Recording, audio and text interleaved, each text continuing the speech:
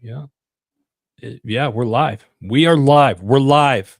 We're live. What up? What Hello, up? everybody. I almost said, hey, welcome, everybody. It's not your weekly wrap up. This is not what that is. No, this is something totally different. And before we get started here, let me just share our live feed so we can get some more of you heathens out here. I love this. Let's come on out and come over to Heroes Media Group and watch the show with us. Leave some comments. Ask some questions. Yeah, definitely ask some questions. So while I'm sharing this to my personal page, come on over. The gentleman that you see on the screen with me tonight, no stranger to HMG. You've seen him on the HMG Weekly Wrap-Up with me on Friday. Army veteran, dear friend, brother in arms, my friend Adam Peters. Adam, thank you for joining tonight. And I'm looking forward to this conversation, tonight. This has been kind of a long time coming. We've talked about this for the latter part of several weeks now. Like 6 weeks. Yeah, I've been excited too. And it's you got some stuff going on that we'll get into here in just a second. That I want to we'll just kind of shoot the stuff here for a couple minutes, try to get a couple people on. I know there's a lot of people out on the West Coast. It's still a little early out there for you guys, and there's a delay in this. We got Mary Cat over Instagram. Thank you for joining. This topic tonight, talking about ayahuasca. This is something I don't have personal experience with personally. I have interviewed several tier 1 operators over the last 3-4 years. I'm seeing more and more discussion about ayahuasca, and yeah, let's just go ahead and dive into it, because I know we can talk a long time about this. Let's do it. You've got experience with this, Adam, and my question right out the gate is, what exactly, for those that don't know, I think those are the football fans or whatnot. Aaron Rodgers was doing ayahuasca and all this other stuff. What exactly is ayahuasca, and do you think it resonates with the veteran community, or why are we seeing it so much more in our community? Well, I'll address the first part of that first, and that'll lead us into why I think it resonates with our community. But ayahuasca is just a traditional plant medicine brew, originally, in the Amazon rainforest, Peru, specifically Colombia, Costa Rica, places like that. It's all native there. What it actually is, and to understand what ayahuasca is, it's a combination of 2 plants that are brewed together. So the ayahuasca vine and the chacruna root, leaf. And ayahuasca itself does not contain the DMT like most people think. I'm not sure why it got its name. However, what ayahuasca does contain is the MAOI inhibitor, I believe, and chacruna actually carries the DMT. And so what happens when you brew those together is the MAO inhibitor, it blocks your receptors in your body and allows the DMT, the same chemical, dimethyltryptamine, that is released when you die, to be, absorbed into your body, during ceremony. So, some little science that I went and did some research on. MAOIs temporarily pause the breakdown process in your stomach, allowing the DMT from the chacruna to be absorbed and travel to the brain, which leads to the profound visionary and emotional experience ayahuasca is known for. And then it goes on to say, indigenous cultures have understood this synergy and used it for centuries for healing and insight. Why do I think that this resonates with the veteran community so much? I think a lot of people are like me when I started seeking this out, and they're fed up with having a chemical cocktail of pills shoved down their throat and spending, weeks, months, even years trying to find the right cocktail that basically turns them into a zombie who, oh, by the way, still wants to kill themselves. Well, I think, go ahead. Let me back up here for a second, because I have to ask. so everything that you just said, what exactly does that mean? So so is this something is it an edible? Is it a drink that somebody drinks? So it's the best I remember it, mind you, it's dark in the space. Really, when you're taking the medicine, all you have is candlelight. So it's this like greenish brown, tastes like dirt and mud, basically liquid that you put in a shot, literally in a shot glass, and down the hatch. Really? Yeah. Okay, we got LinkedIn user over LinkedIn since uh He's. I assume he's talking about he's tired of having pills shoved down his yeah, throat and yeah, feeling like a robot zombie. yeah, I don't know of anybody that enjoys the pill cocktail. So you drink it. Yep. And then what happens? I mean, walk us through it. How does it work from a physical and emotional kind of thing? Like I've heard stories that it takes you to like I've heard some people say that it's like it gives you like an out of body experience, or it's what Yes. exactly and in your with your experience, what happened? Yeah. So physically, really what you notice, or at least what I notice, what you're going to notice when you go on a retreat like this, one that's done right, is a lot of people are going to be purging. And really what that looks like, or at least my experience, what that looks like, yes, you can shit yourself. Yes, you're going to throw up. But think of purging as just really releasing bad energy out of your body. So the physical is really, a lot of dry heaves, particularly when you start looking at retreats and how retreats are structured. We stopped eating at noon every day. Ceremony didn't start till 6 o'clock for an hour of like pre-yoga stuff, and then 7 o'clock the ceremony would start. Then the healers would do their thing, and by the time you're drinking medicine, you've probably got a solid 7.5 or 8 hours of empty stomach.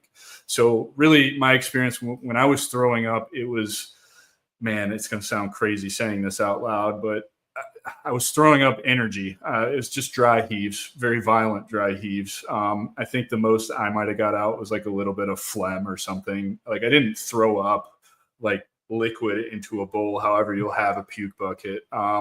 There's stories. I've talked to several people who have shit themselves. I don't know what their diet looked like before. I don't.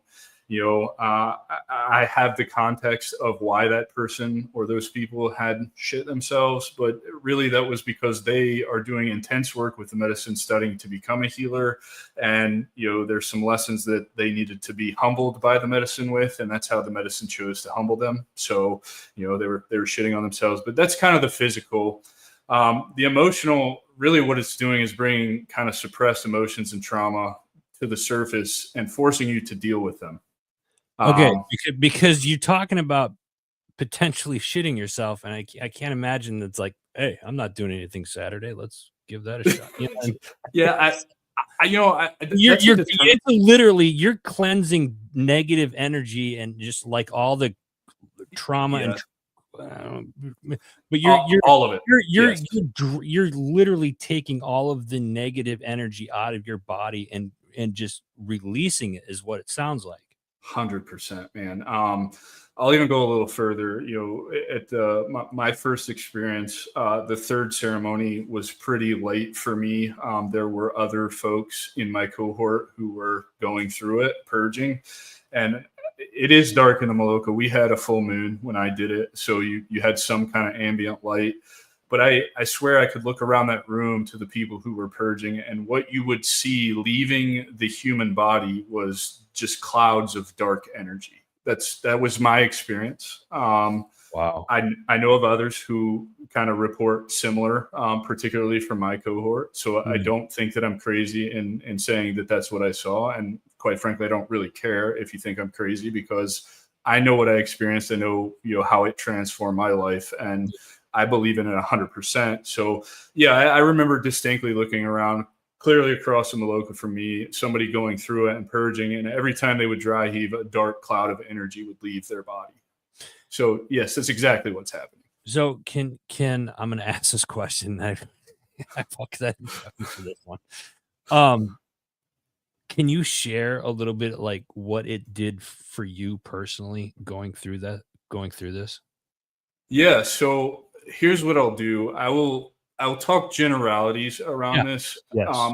mainly because my main goal with this whole thing, as you well know, I want to preserve each individual person's journey as much as possible. And I'm very much a believer in the more that you dig, the more that you research, the more that you ask people questions about their own experience, the more you're actually attaining, the transformational power of your own first journey. Mhm. So Oh, that's a good, interesting point. Yeah. a, Okay. a lot of the biggest things that it did for me, I think one of the biggest things is, man, it- I've never said this out loud, but it really, it gave me a relationship with God. Um, that's not something I ever had in my entire life. It was, pretty typical, forced to go to church as a kid, kind of, have our qualms with God while we serve, doing the things that we do as infantrymen over, combat or whatever, seeing loss of life and kind of questioning God and all. There's no question in my mind that God is real and that I'm a follower of Jesus Christ, period, end of story. So that's one of the big things that it did for me. A lot of other people will report a sense of spirituality that's so profound they've never experienced anything like it in their life that continues to go on. And so I'm not saying that you're going to, have a belief in Jesus and God like I do on the other side of it. I will almost 100% guarantee that you will believe in something. You will know that there is more to this than meets the eye kind of thing. There is a creator, if you will. There is a higher power. Yeah. Yeah. For the longest time after my retreat, I referred to it as the universe. I still kind of use those terms interchangeably because I don't think of God and Jesus in the terms of kind of, religion. Religion's a human construct, but in terms of, an omnipotent being, for sure, 100%. So that's one of the biggest things. Another thing that it did for me, and this will make a lot of sense with what I just said, but it restored the balance between light and dark within me. And what I learned about myself is I was struggling so much because I was consumed with darkness. And so life is really about balance, and it's in everything. You just Yeah. have to know how to see it. I can see it in everything going on in your space right there. The cream colored wall with the white door, the blue lights on the white wall. There's a balance between light and dark. You can look at it on the American flag, right? Yeah. Red, white stripes with the blue, union. Like it's literally everywhere, and life is about balance. And so it restored that balance. I was consumed by darkness, angry all of the time, and for no reason, couldn't figure out why. And unresolved childhood trauma, that was affecting me in ways I couldn't understand until I went and did the medicine. So that was another big thing that it did. I think for me personally, the favorite thing that it did for me was it taught me how to love and respect myself, which is not something that I used to lie, I think, to myself and everybody else, saying I do love and respect myself. Yeah. I never believed it. And it couldn't be more kind of, on the opposite end of that spectrum. Like I 100% know that I love and respect myself. And to take that a step further, I actually believe in myself, which I've never done my entire life. So not only was it like a cleansing, but it was like It was a rebirth. a rebirth, finding Yeah. finding yourself. Adam, we have a question here. Yeah.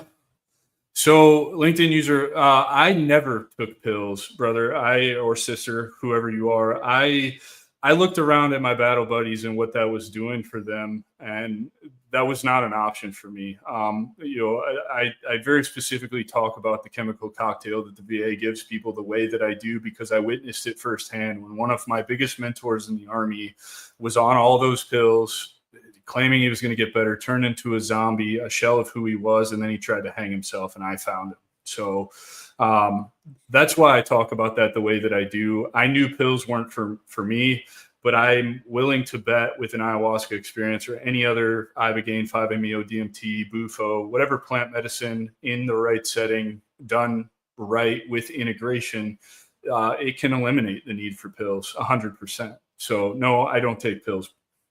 So, folks, some of us or some of you out there that ask, why are we talking about this? And this is something that Adam approached me several weeks ago on it. We'll get more into the why, but you're starting to see more and more plant-based um, healing in the veteran community. We've started more and more talk about it over the last probably 3 years. I would say, at least on a personal level. Like I said, beforehand, I've interviewed several tier one operators that are doing it. I've veteran organizations that go out there. What you won't hear is like you don't really see a lot of it here or even any of it here in the United States anywhere. You usually have to go somewhere else to do it. And I'm sure we'll get into that just a little bit, but let's Adam, I got a question for you. You have Mhm. the reason why you're so adamant about this is because you've gone through this. Um, but there's a retreat, and you've said the word retreat a couple of Yeah. times already. There's a retreat coming up in Peru, if I'm not mistaken. Can you talk about that and why is this so important? Yeah, I think to paint the whole picture, let me just give you my story. When I went and sought out plant medicine for myself, it was because of the Sean Ryan show. I've said this on my podcast ad nauseum. I tell this to people all the time, but what really did it for me was I was at rock bottom, complete rock bottom, day in, day out on the Harley, thinking, man, this all ends if I run this thing into a tree at 120 miles an hour. Did I ever have the balls to do it? I guess we'll never know. But I knew, like I said before, pills weren't the route for me. I was kind of at the end of my rope, and I discovered the Sean Ryan show while I was doing some other dumb shit that I really didn't want to be doing. But the episode where his wife interviews him after his experience was enough for me to start pursuing it. And lucky enough, I got picked up by Heroic Hearts Project. And what did it do for me? Besides all those other things I already listed, I lost 100 pounds in a little over a year to the day from my retreat. So I went from 311 pounds to 211 pounds. I built literally everything that I have with the strategic veteran and entrepreneurship and all the opportunity that I've created for myself after this. It improved my relationships with people in my life 100-fold. And it's really just, it's been the most transformational thing that I have ever done in my entire life. And it's really, I don't know, why am I so passionate about it? Because I mean, it changed my life, man. Like, how can you argue with the results that I got? You know what I mean? Um, pills don't do that for you. Talk therapy, it takes years and years and years to do that for you and get you to a place where, in 7 days, I went and did this work and come out the other side and continue to do work to better myself. And now I get to approach my life every single day with those tools that I've used to continue to live a better and happy life. And that's the truth. I mean, very rarely do I have bad days. I mean, Adam knows that I have bad days because he gets a phone call when I have bad days, but they're really, I wouldn't call them bad days. I would just call them, I need a pep talk. I need to vent or whatever. Right. And so, why am I so adamant about this? Why did I partner with these wonderful people in Peru and agree to help get veterans and first responders and their families to come to these retreats? Well, they actually reached out to me. They followed my journey and they asked me if I wanted to partner with them and help them grow Amakaya and help facilitate this opportunity for more of our brothers and sisters. And so, to me, that speaks volumes, right? Like when your transformation has been so powerful that, owners of a retreat reach out to you who facilitated your journey and say, hey, you are a walking, living, breathing anecdote for how powerful this stuff can be. Will you partner with us and help us, share this experience the right way with other people? It was a no-brainer for me because even when I went through my first, retreat, and I've only been on one, just so everybody's very clear on that. July will be the second one that I will be leading. We have 8 in the cohort already. There's 2 or 3 spots left for anybody who wants to sign up. But for me, it's about making sure that everybody has access to it the same way that I went and did it. There's something very special about the ceremony, about the Shipibo people who have been working with this stuff in my mind since the beginning of time, which it really is a couple thousand years they've been doing this. They dedicate their entire lives as a people to going into the jungle by themselves for days, weeks, and months on end, taking different plants and understanding how to work with this medicine to come back and do this work on other human beings. And I just think it's that powerful, man. And I want people to do this at a place that they can trust, that has their best interests at heart, that are not just putting on a retreat as a money grab, like you'll see here in the United States with all the retreats, with the exception of Heroic Hearts Project and their retreats in Oregon. Those are the only ones I can speak to. But if you're in Orlando and you want to go to the ayahuasca church, I wouldn't suggest it. I just don't agree with that. I think, there's a lot of things that go into a successful retreat, which we're going to cover in a little bit. And I know that these two, Jonathan and Kaisa, are hitting all of those points, and they genuinely care about this. This is their life's work. They live in Peru. They both moved there like a decade ago and have been working with the medicine since. This is their life. And so I feel like for me, it's a calling, because I struggled to find a retreat. Like, I didn't have the money to pay to go facilitate my own retreat at, some of them are $6,500 for 7 days. And what I found with a lot of the veteran charities is they cater to special operations. They don't cater to conventional forces, which automatically disqualified me. By the grace of God, I got picked up by Heroic Hearts Project, and I ad nauseum credit them for saving my life, and they know as much. And so I just feel like it's my duty to provide that to others, to be honest. That's why I'm doing this. That's why I care so much about this, because all of those reasons. I love it. Adam, we got a couple of questions. This one from Cody. How often you do these trips? So Cody, right now, talking with Jonathan Kaisa, the plan is for me to be down there as much as possible. So best answer I can give you right now is I will be on the first cohort from July 13th to the 19th. I will be taking medicine with everybody from that cohort. If we can get an August cohort filled, there's a possibility that I'll stay and help facilitate and take care of people while they're in ceremony. However, I think for me right now, the best answer I can give you is I will probably go to take medicine once a year. I will probably be down there to help facilitate retreats and meet people 5-6 times a year, whatever the bank account can afford, honestly, until we get this thing really moving and carry out some future plans. Here's another one. Robin A. Robin, yes, it does return. And how do you keep it out? That's what you learn when you go through pre and post integration training. A lot of self-awareness, a lot of meditation, a lot of just practicing the tools that you will get on the retreat to understand when the negative energy is returning, how that's manifesting, how you can stay ahead of it, and what tools are the best tools to use to deal with that as it returns. Another big reason I'm involved in this is because I felt myself kind of falling into some old habits, and I'm kind of out of tools to deal with, some of those things as my life gets busier and as I continue to build my future.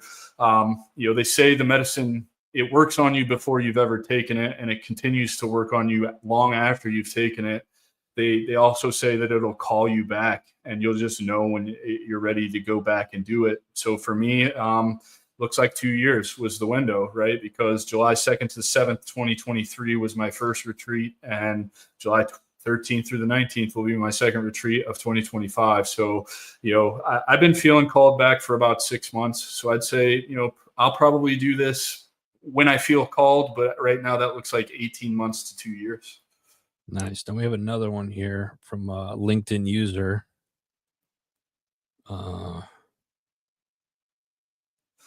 Yeah. So, yes, LinkedIn user.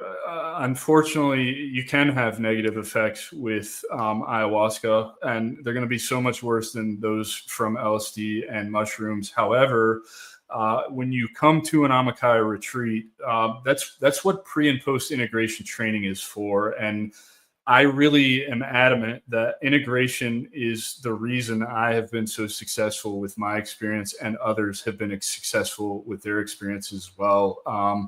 Ayahuasca is not something that you should be seeking for the next high or an escape, or I just want to go try this to see what it's like. I really don't believe in that at all. And in fact, I'm actively taking steps to try and prevent people like that from coming to this retreat through the screening processes and whatnot. So, just because you abused it in the past doesn't mean that you're going to have the same experience with ayahuasca, as long as you're willing to come down and do the work and to do the pre and post integration training work alongside the retreat. So I have a question with that. When you say like the pre and post, Mm-hmm. I'll say workup to it. Like, what does that entail? So this is because when you say it like that, I'm interpreting like, okay, you fly down No, no, and no, no, you no. got to So you yeah, do so like, what's the preparation or how does somebody get ready to do this? yeah. So we're finalizing all of our pre and post integration stuff right now. We're modeling it after the Heroic Hearts project, pre and post integration. And so I'll just give you a high level overview of what that looks like. For me, when I went on my first trip, it was, I want to say 6 weeks. I could be wrong, but 6 weeks pre. You do weekly group calls for 90 minutes. And those are usually opened with a meditation and some breath work. And then there's a theme for each kind of session. So, kind of do an ayahuasca talk, for the first week and kind of, really just introducing you to what it is and kind of what you can expect. Then you start moving into expectations versus intentions and learning how to set intentions. And then, think work like that. So ours will follow a similar pattern. And then we also had weekly one-on-one coaching with an ayahuasca, a psychedelic integration coach, which I am also a certified one of those through Being True to You. But the one-on-one work was really for you to kind of just, be vulnerable and ask questions of your coach, talk about what you think you're going to go down there and deal with, how you plan on, dealing with that. What do you think the root causes of some of your problems are? The coach's job is really to meet you where you're at and help manage your expectations and help turn those into intentions, because the real secret to all of this and how it works is understanding the difference between intentions and expectations, and not setting expectations because you'll be sorely disappointed. Yeah. But managing and setting intentions so that you can make the most out of your experience with the medicine. And then same thing, 6 weeks post, you'll do group and one-on-one coaching. I don't know that we're going to have the ability off the rip to set up the one-on-one coaching because coaches are expensive.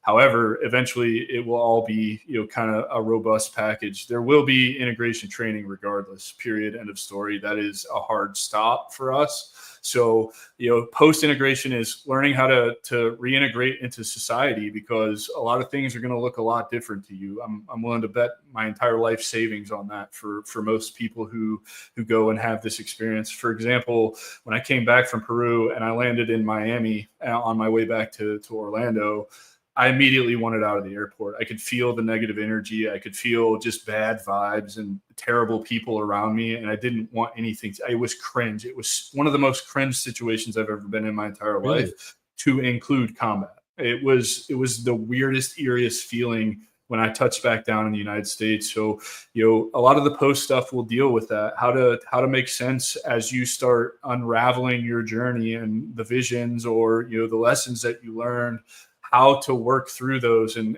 apply those into everyday life and kind of do the work that we talk about. So that's the importance of pre and post integration. That's kind of what it's looking like for our retreat right now, but we haven't finalized anything as we're putting all of this together and really making sure that we put together a comprehensive, robust program that gives you the best chance at success with this. How long does it so you do this, and let's say Mhm. somebody does it once, and then you go through the post program side, the post side of it. How long can this expect to? I mean, as long as somebody is For the continuing. rest of your life, Yeah, or a year, man. That's the beauty of this. Everybody's journey is different. And so, I mentioned earlier, the medicine calls to you. You'll know when it's time to go back and do it. For some people, they do it once and they never do it again the rest of their life, and they live a wonderful, blessed life, yeah, just implementing the lessons that they learn in their lives. And for others, it takes 15 or 20 times to do yeah, this, or in Jonathan and Kais's case, they at one point we're taking medicine like 200 days a year while running these retreats. So, it runs the gamut. There's no like right or wrong answer for how this should go or what it should look like. So let me ask you this, Adam. When you on this particular retreat, can you give us like what's a typical day? Like, how long is it? Did you say it was like 7 days, 8 days, something like that? Yeah, so 7 days. If you want to pull up the website, it'll Yeah. cover a lot of that. Plus, there we go. So you can go and see, if you click the Our Retreats tab, it'll kind of give you a high level overview of what the retreat actually looks like. I want to say there may even be a schedule on this page as well. Let me look. Contact us. There's a contact form down here. Yeah, don't go through that. If you want to go on this trip, come with me. This is I'm trying to find, I know there's a schedule on here somewhere that shows kind of the day, and ours will look different. Keep in mind, I have not been to Jonathan and Kaisa's retreat. I went to a completely different retreat. So, I don't know how they have structured the days, but I can imagine they're going to be great. This is what you can expect, right? So there's going to be not only medicine, but there is a digital detox, right? So you're going to be asked to turn in your cell phone or turn it off completely. I know for our retreat, my entire cohort, it was voluntary, but we all dropped our cell phones in a lockbox and didn't see them again till the end of the week. And it was probably the best thing we ever did. So you got the digital detox part of that. The sweat lodge, I'm really, really looking forward to. I think this is going to bring a whole new element to kind of the healing journey and really figuring out who you are and what you're made of as a person.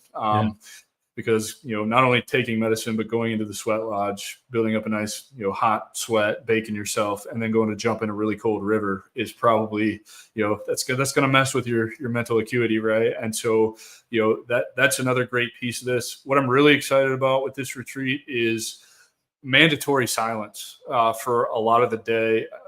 And why I really like that is because it's going to force you to sit with your thoughts by yourself and figure it out. And that is so, so, so important when you do this. Everybody should be bringing a journal and a couple of pens, and you should be running out of those pens by the end of the retreat with writing down all of the things you're experiencing, not only in ceremony, but outside of ceremony, and all of the things that are coming to mind that you need to work on, because I promise you they're going to be there. And then, there's another element that I'm a big fan of, which is the fasting. And so, that just brings another element to help cleanse your gut and really, challenge yourself to get the most out of that. And I think sitting here talking about this now, I think that's really the point of an ayahuasca retreat, is to go and challenge yourself with all of these things that you can really easily avoid in the United States in your day-to-day life, and never really challenge yourself to find out, how far can I take this, or how much better off can I be if I just sit in a room with my thoughts until I figure some stuff out or whatever. And then there's obviously the food part of it. I'm not a big fan of that because I still have a shitty relationship with food, but it'll be all clean eating, pretty much vegetarian for the most part, which is whatever. I will be doing a 7-day fast, I think, while I do this. So I'm just not going to eat at all. I'm really going to challenge myself. Yeah. But, that's another interesting part to all of this. And so I see AJ Richards in there. So I haven't he sat with it twice, but he hasn't felt called until recently. Right. So a prime example of going on almost 10 years for him. Yeah. Good guy. What do we got here? We got another one, LinkedIn here. There you go, Adam. Yeah, Robin. That's definitely a big. It is not easy to sit in silence with yourself, and I'm really looking forward to that. And I see Cody down there. Yeah, Cody.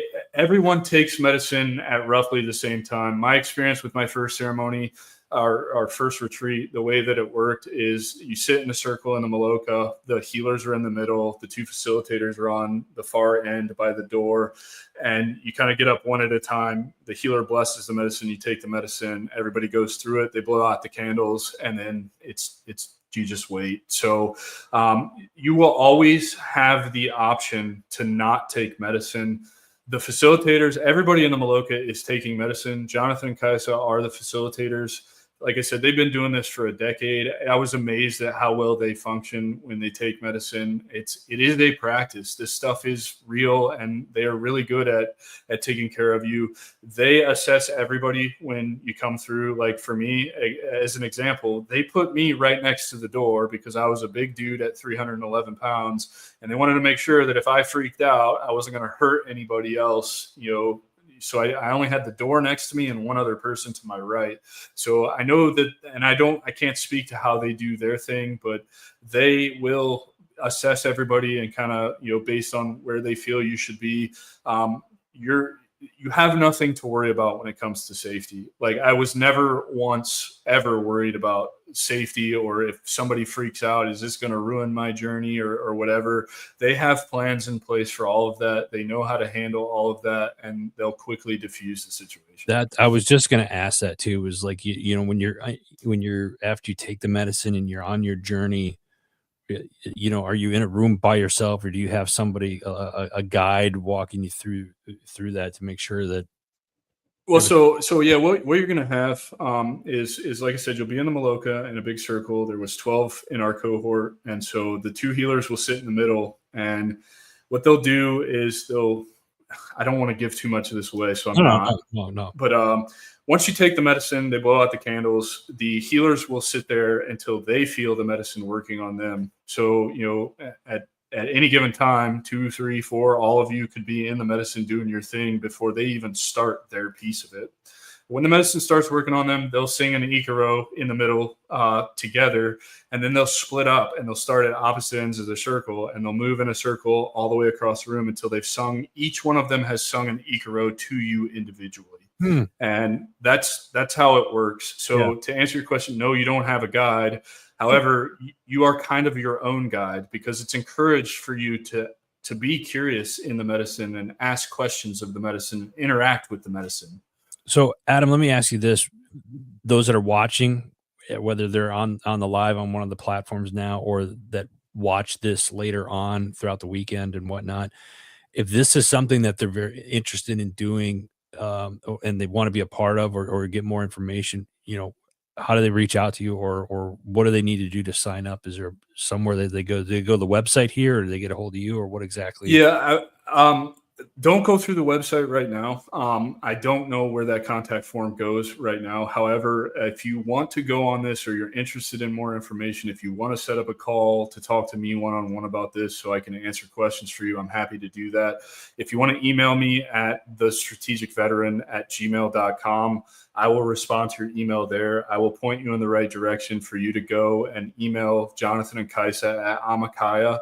What will happen then is they will reach out to you and set up an intake interview, because this isn't just like, I want to go do this, you pay money and you're in. They're going to screen you to make sure you're qualified to go and do this. So what type of screenings then? Is like a health screening to make sure they don't have any, like what does that entail? Can you go into that?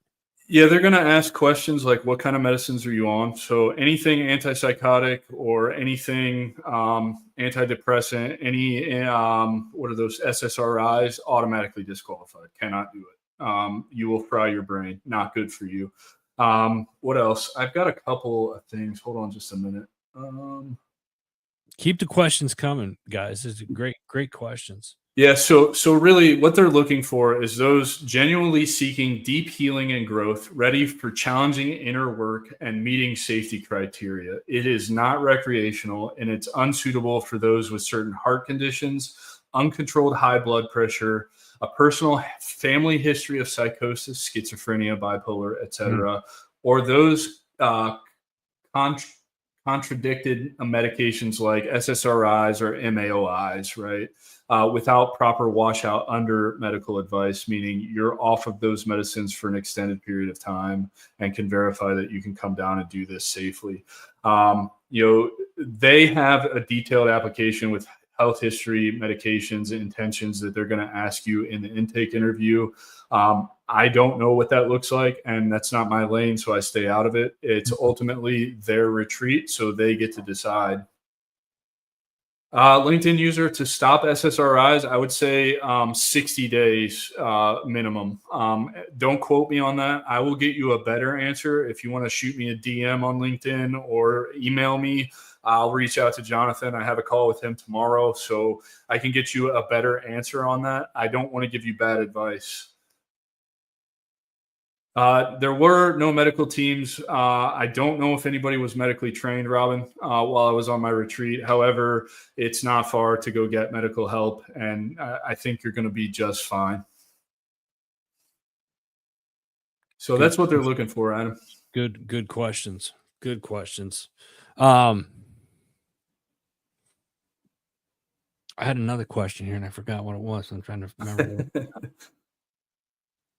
I mean, you went over some of the post ceremony stuff, the pre and post stuff, the stuff that you give kind of a day in the life without getting too detailed. And I don't want you to get too detailed. Well, so some of the other things that we're going to set up. So every cohort that goes down, depending on, if you're coming on the July cohort, we'll have a separate Signal group chat for everybody. I found this particularly powerful after my retreat because a big part of the work, quote unquote, that you'll do while you're at the retreat is the last day, you'll all come back to the Maloka and sit in the circle on your little mat, and you'll make promises to one another and what you intend to do with what you learned at the ceremony. And I think on a deeper level, that's actually a promise to yourself that you're going to act on this information that you have just received. And so I use that as an accountability piece. Every time I'd lose another 10 or 20 pounds, I would send it to the group as like, hey guys, I'm holding up my end of the bargain. The thing that I promised you I was going to do, I am doing it. And I expect you to call me out if I'm not doing it. And it's been amazing, man, because those people in that cohort are lifelong friends. I had never met them, not a single one of them, when I went on that cohort. And one of them was my very first guest on my podcast, and he was elated to do it. I have a really close relationship with him now, and we talk back and forth really regularly. Yeah. Just had another member of that cohort reach out to me yesterday in a moment of vulnerability, and she said, hey, yeah, I've gained 60 pounds since our retreat, and I clearly didn't understand the assignment. Do you have any words for how you went about losing this weight and this, that, and the other? And I sent her this big, long reply. And she just responds back, I love you so much. Thank you. This is incredibly helpful. I know I can do better and I want to do better. And so, I think there's a lot of power in those group chats. And I know what people are thinking. Oh God, another group chat. This is different. This is so different. I was the same way. I didn't even mute this group chat. That's like how serious and how impactful this group chat has been on me. I'm in a ton of group chats and I mute every single one of them. I get to them when I get to them, except for this one. Yeah. And so, not only was it nice to be able to hold myself accountable, but I think what we miss in our lives a lot is encouragement, and encouragement from people who understand what you might be going through because they're going through something similar and maybe have made similar promises. So, I had those 11 other people to encourage me to continue my journey and to stick with it when it got hard, and that I was doing the right things, and that there are people out there who are proud of me and recognize what I'm doing and how challenging that can be. And so, that's another element of it. We're talking about setting up like even weekly, just open forum group calls for everybody who's ever been to an Amakaya retreat, where Jonathan and I, at the very least, and Kaisa will be on those calls, ready to answer questions to help you make sense of what you're going through in your journey or where you're at or whatever. So, we're looking at all kinds of different, things to help keep you on the track and get the most out of this experience. I think, this, I said this kind of at the beginning, this is something new, right? It's still relatively very, very new, even though it's been around for, in some cultures for thousands of years. And I think we're seeing it more in the veteran community, first responder community, particularly, veterans. You got two vets here. We're seeing it a lot in the veteran community now. And, there's a lot of great nonprofit. There's literally hundreds of thousands of veteran nonprofit organizations that are, and there's a handful that I know of that are kind of getting involved with this and sending veterans down to do retreats like this. And I think this is just kind of the tip of the iceberg. I think you're going to see more and more of this coming as the years, as this year transpire, and as we continue to move forward in life, because I think the pill stuff isn't working. No, And let me rephrase that. That's not the pill stuff doesn't work for everybody. That's and I would go as far as to say it really doesn't.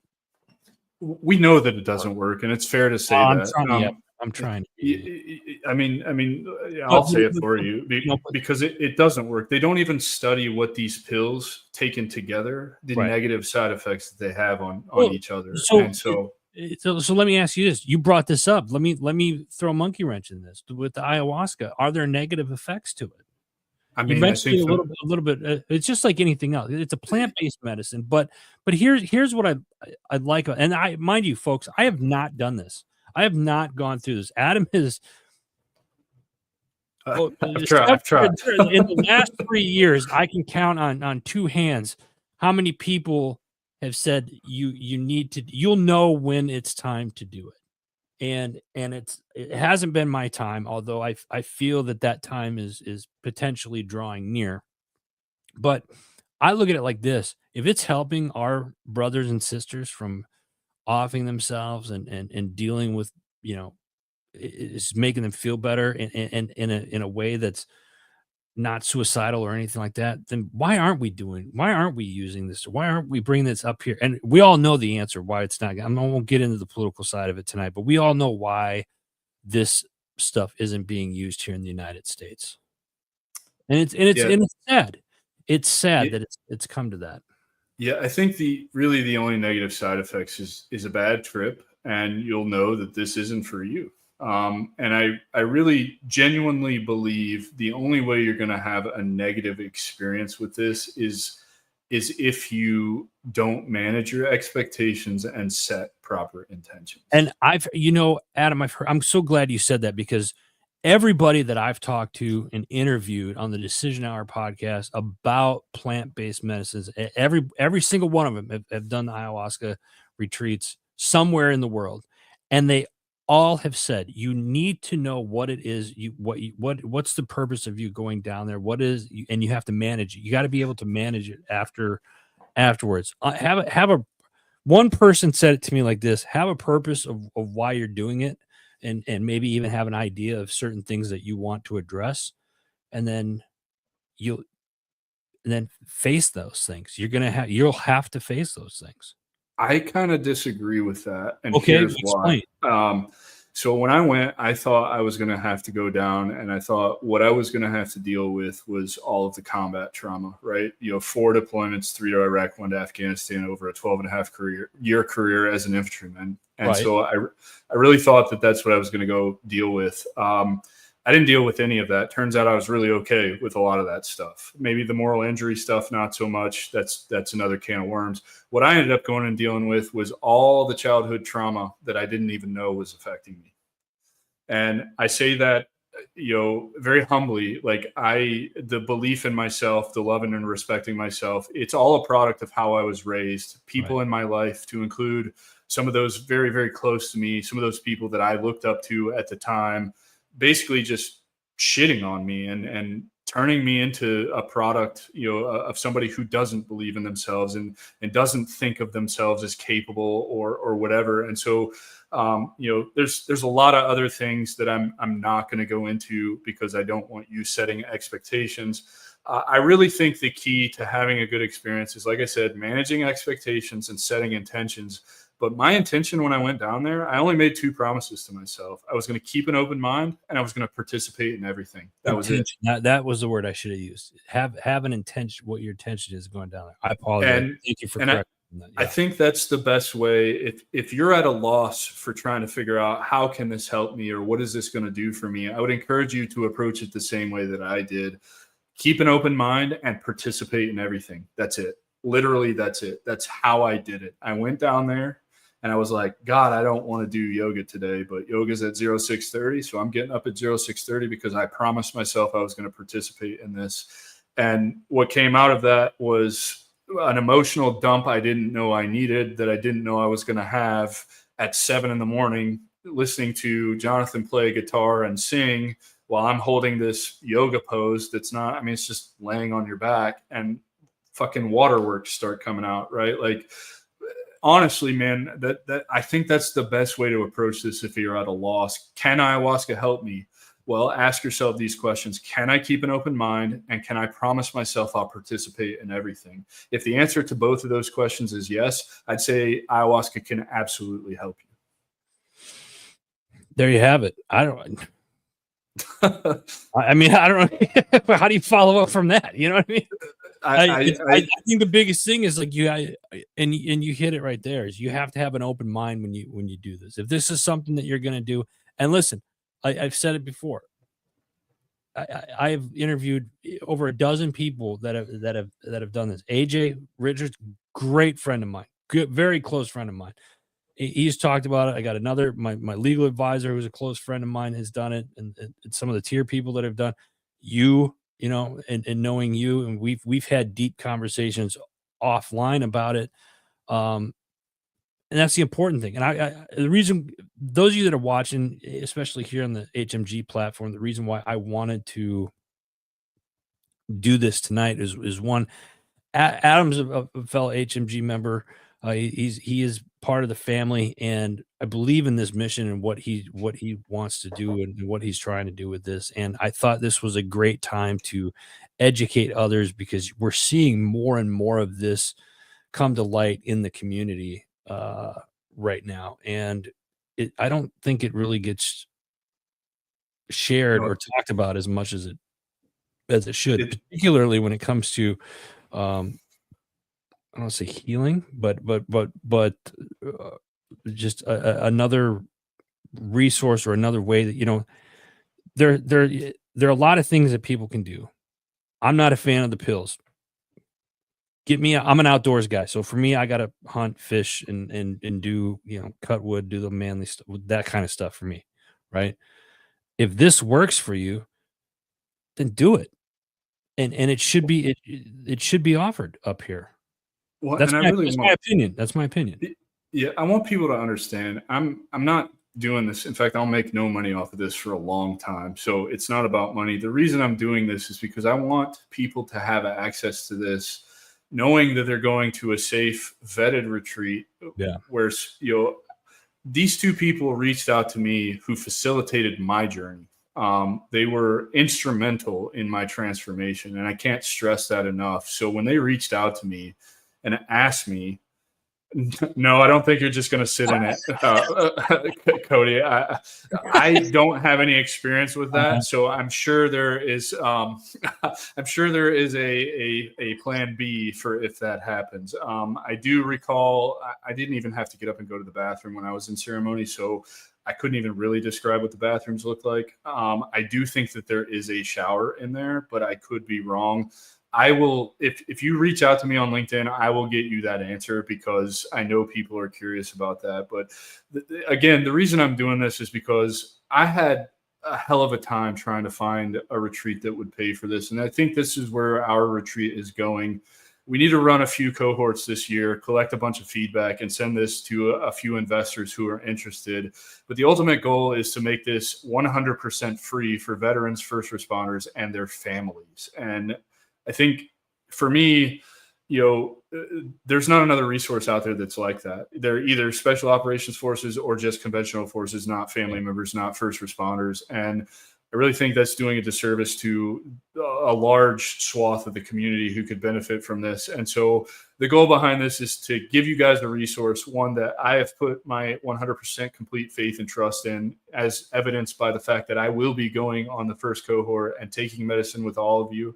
And several times throughout the however long this goes on. But not only that, but like, now you don't have to do the legwork. Like, somebody can refer you to me, and I can give you all the information, tell you what it's about, and you can have confidence in knowing that other veterans have gone and done this, and you can put your trust in it. It just eliminates a lot of the research, because even when I was researching, as I started feeling called back before they reached out to me, I looked at this other retreat and I couldn't find out, you know, anything specifics on the ceremony. is it Shipibo people that are running, the healing? And for me, it was very special the way I did it the first time. I left there saying I would never do it any other way but that way, because I think there's, the ceremonial element and the way the healers interact and all of that is part of the experience, and you need to have that. And so even conversing with Jonathan, he's like, man, that's kind of the game, is like, even in Peru, even in Colombia, even in Costa Rica, it's hit and miss. You can go to a retreat because it looks good, and you can have an awful experience because they're just there to make money. Or you can go to a retreat and have a wonderful experience and not spend nearly as much money and get everything you possibly can out of it. And so that's what we're trying to do here. And I feel like I owe it to our community to do that, to facilitate that, to be a resource in that, because as you've alluded to, over the last 3 years, particularly as studies with MDMA and psilocybin get more popular, it's only a matter of time before this is popping up all over the place in the United States for the wrong reasons, and somebody's going to get hurt.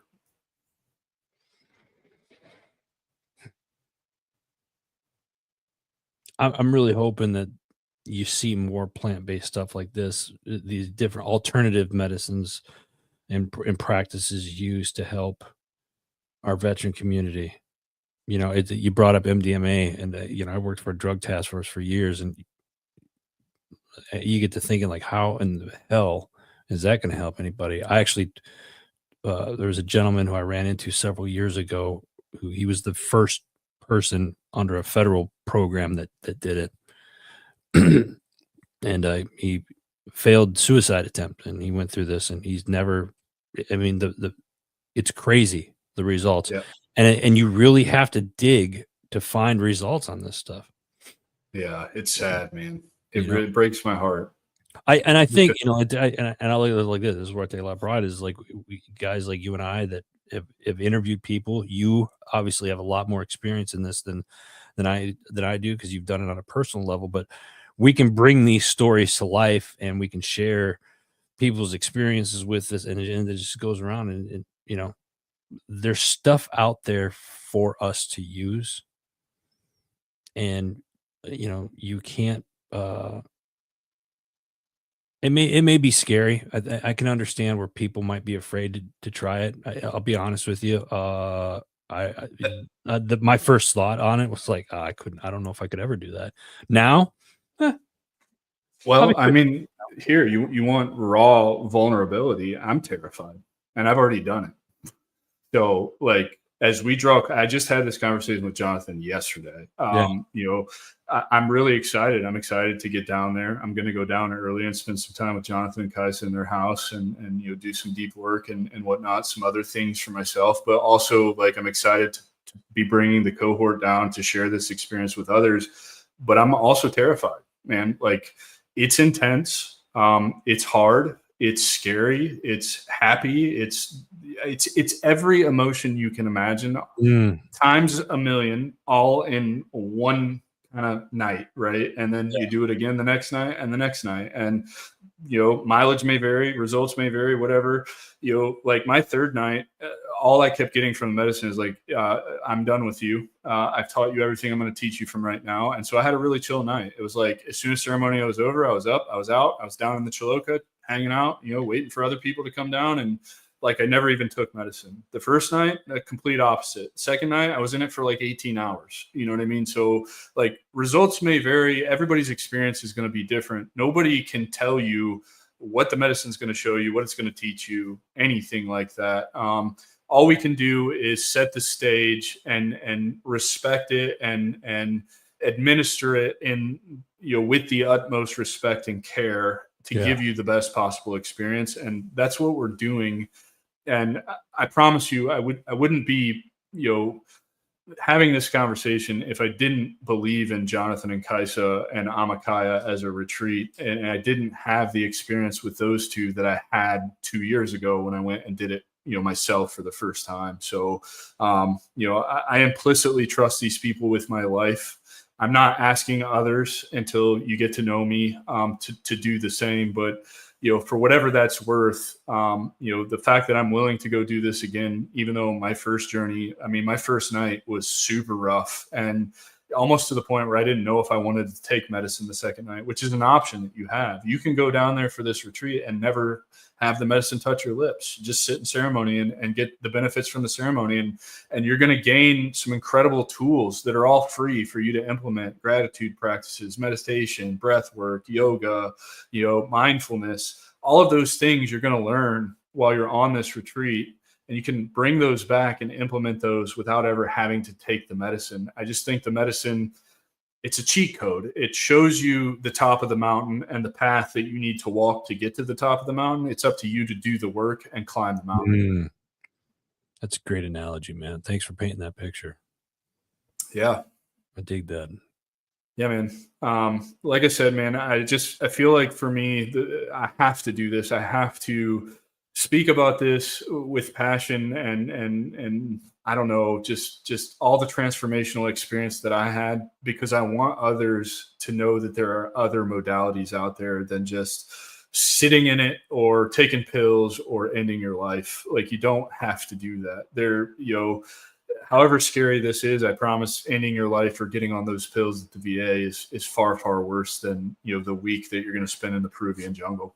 I'll say this as we get close to wrapping up, Adam, is, and me, you've heard me say this before, is, there are people, if this is you, or if there's somebody, whether, like I said, whether you're on the live on the various different platforms right now, or you watch this over the next couple of days or throughout the weekend, if you're at a place in life where the state of mind isn't healthy and you're thinking about hurting yourself, reach out to us, please. You're not alone. You don't have to. Here's the nice thing about life is you think you have to go through stuff alone. You don't. You got guys out here that are willing to help anybody. Like the two Adams, like that are sitting before you, like, we'll take the shirts off our back to help people. I mean, that's just who we are. I'm at a point in my life right now where my purpose in life is to help as many people as I can. Call me crazy, whatever. That's kind of my high, is trying to help other people. And if you're at a point in your life where you just feel like you got to give up and life isn't worth living, I'm telling you, you're wrong. And it's certainly worth living. And there's people out there whose purpose in their life is to help other people. So let us help. Reach out to us, send us a message, DM us. We'll leave a comment below. What do we have here? We got a couple more. Yeah. Robin, you're welcome. Robin. Yeah. James Clark. Yes. It should be, but yeah, it's not. Things have got to change, and it starts with us. And, we're putting ourselves out there. And like I said, Adam's definitely has put himself out there. And I know, and I can speak because I know him very well, or I like to think I know him pretty well. We talk on a weekly basis about stuff, and he's got a good heart. And this is why I believe in him. And we are here to help you guys. So again, reach out to us. This is needed. Adam, I'm going to let you close it out, man. What else do you want to say? Man, I just encourage all of you to get the taboo stigma about plant medicine out of your damn minds. I don't know, if you're curious, if you're thinking about it, reach out to me. Please reach out to me. I'm about to have hip surgery, so I got like 2 weeks where I'm not going to do anything but probably just respond to emails and DMs. No meetings, no intense work. So, like, look, if anything here inspires you and you want more clarification, if you just want to talk to me about any of this stuff, just reach out. Like, I don't want this to be kept from any of you, or any of this to feel like it's foreign or kept from you. Like, God put plants here for a reason, and I think this is the reason. These are the secrets, man. Like, for me, it's done so much for me. Like, I used to think I was going to die at like 75 and that would be a good life. And now I'm like, we were created, and science says that we can live to 120. That's the new goal, right? Like 120. I mean, look at me, dude. I'm in better shape at 40 than I ever was when I was in the Army. And it took an ayahuasca experience, to teach me and open my eyes to all these different things. And so I just encourage you to get out of your way, open your mind, let go. If you're like my age, let go of your parents' stigma around this. I know this is very hippie, and it comes from that generation, particularly after they Schedule One and, said we can't have happy citizens. Big Pharma doesn't make money off this either. So, I really just encourage you to open your mind, and like if you feel something is off and like this can help you, I assure you that you're probably right and this can help you. So reach out, and I'm happy to spend however much time it takes to put your mind at ease. I'm not going to sell you or convince you that you need to do this. That's not what I'm about. As much as I want to fill these cohorts, it will happen when it's supposed to happen. I just want to educate and be a voice for this stuff because it's that powerful. And half of you probably use plants. You're just using them the wrong way. I mean, I'm sure most of the people in the chat probably smoke weed. They just don't do it with any intention. If you can smoke weed, you can go do ayahuasca. I promise you. You really can, man. You really can. You're already halfway there. You've succumbed to the plants. Yeah, James, I totally agree with you, man. It is medicine, and don't let the stigma stop you from healing. Fuck what people think. Yeah. Dude, that's the biggest thing. Fuck what anybody else thinks. Do this for yourself. Yeah. And David, I got your message. I'll look for the PM from you. I don't know what else you want to say. This is a great opportunity for people. I mean, I hope people that are watching, and if you know somebody, have them reach out. I mean, this is the one thing is, some people are like, oh, you like, because you mentioned it, I feel like it's got to be said. Oh, it's like your parents' generations, like hippies out there doing. It's not. That's not what this is. This is it's in a very controlled environment. It's not like a recreational thing. It's healing is what. Anyway, I'll get off my.